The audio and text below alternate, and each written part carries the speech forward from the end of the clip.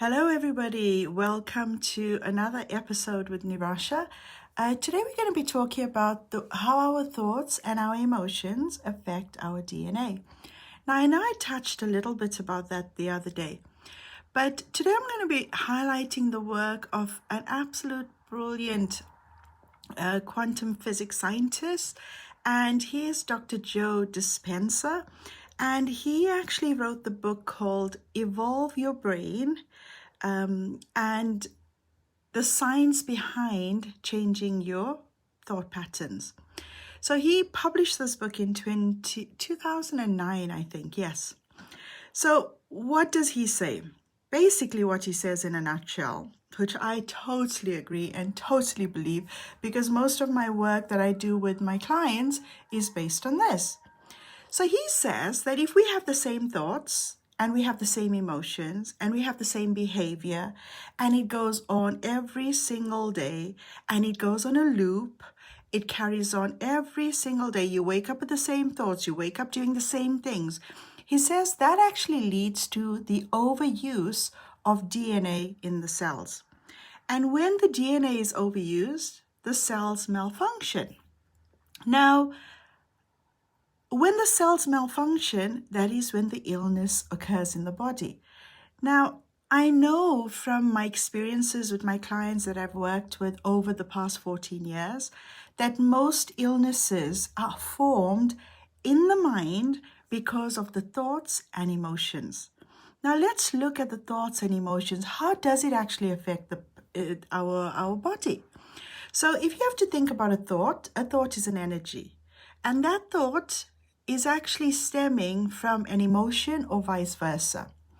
And when we have negative emotions and we constantly on this negative downstream or this downward spiral, that in turn actually affects the way our body works. Now we have this light that is given off in our bodies. You know, we actually are light. We call this the biophotonic light fields in our body. And if you think about, we hear this term yin and yang, yin and yang. Now, if you think about it, yin and yang is basically light and sound. Now, our bodies are made up of these two types of energies. And when we have this negative thought pattern, and when we have the same looping thoughts over and over and over in our minds, it starts to affect the body. It starts to affect the cells. And the reason for that is that every thought is associated with a chemical that's produced in the brain and in the body.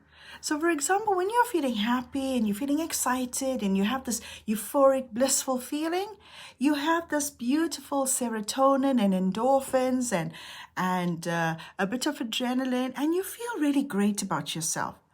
Now, in the opposite way, when we have our body just full of negative chemicals, like full of negative thoughts, that produces cortisol in the body. That produces an overload of cortisol. It floods the body with too much of adrenaline, too much of cortisol, too much of dopamine. And then that actually gets pumped into our bloodstream, and that ends up going through our circulatory system to every single organ, every single cell in the body.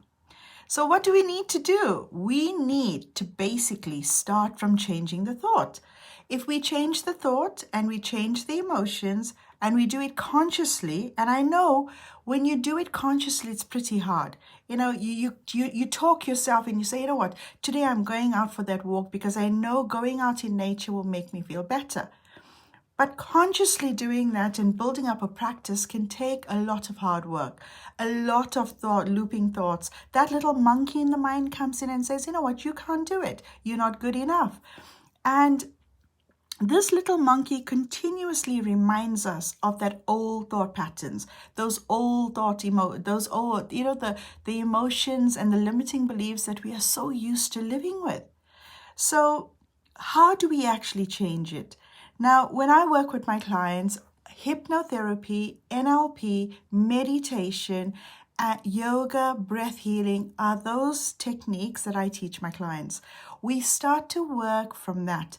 I actually call it, you work from the mind, you work from the mouth, you work from movement, and you work from the mirror aspect. Little Red Riding Hood, when she looked at her grandmother and she says, what big eyes you have. Now, the same thing happens when we look at ourselves in the mirror. We always look at ourselves and say, gosh, my hair is falling.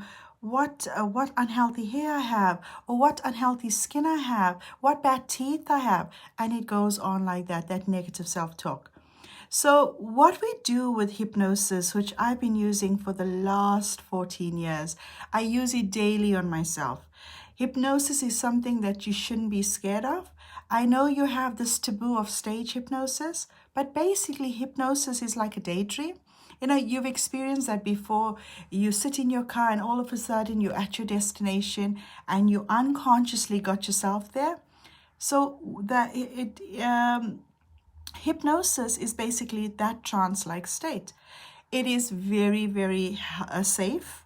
You have full control over yourself, and your mind, your brain is actually there to protect you. Your mind is there to protect you. So if you are under hypnosis and there's a fire, your mind will awaken you because it needs to protect you.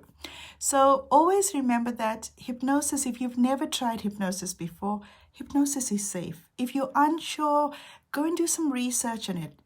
Send me an email and I'll send you some information on it. It is absolutely safe. I've been using it every single day of my life in the past 14 years, and I've seen a huge difference.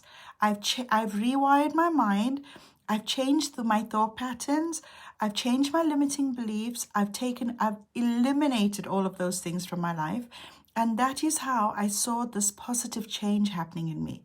I feel great physically, and that's what it actually helps you to feel, wonderful, because you start to put in new thought patterns. Another powerful thing that I use is Reiki. Now, Reiki is again all about channeling beautiful energy from the higher consciousness into yourself. And here again, when we are doing Reiki and when we are using Reiki on clients, here again, you are getting the client or the Reiki practitioner or master is getting that energy from the higher consciousness into that every single cell in the body. It starts to actually, you go locating that beautiful energy, those beautiful light that is stimulated every time your cells divide. So that is how beautiful Reiki, Tai Chi, all of these concepts, it helps you to understand your body. It helps you to change your thought patterns. And when you change your thought patterns, you change your emotions. When you change your emotions, you change your behavior. And when you change your behavior, you'd find that you start to heal your body.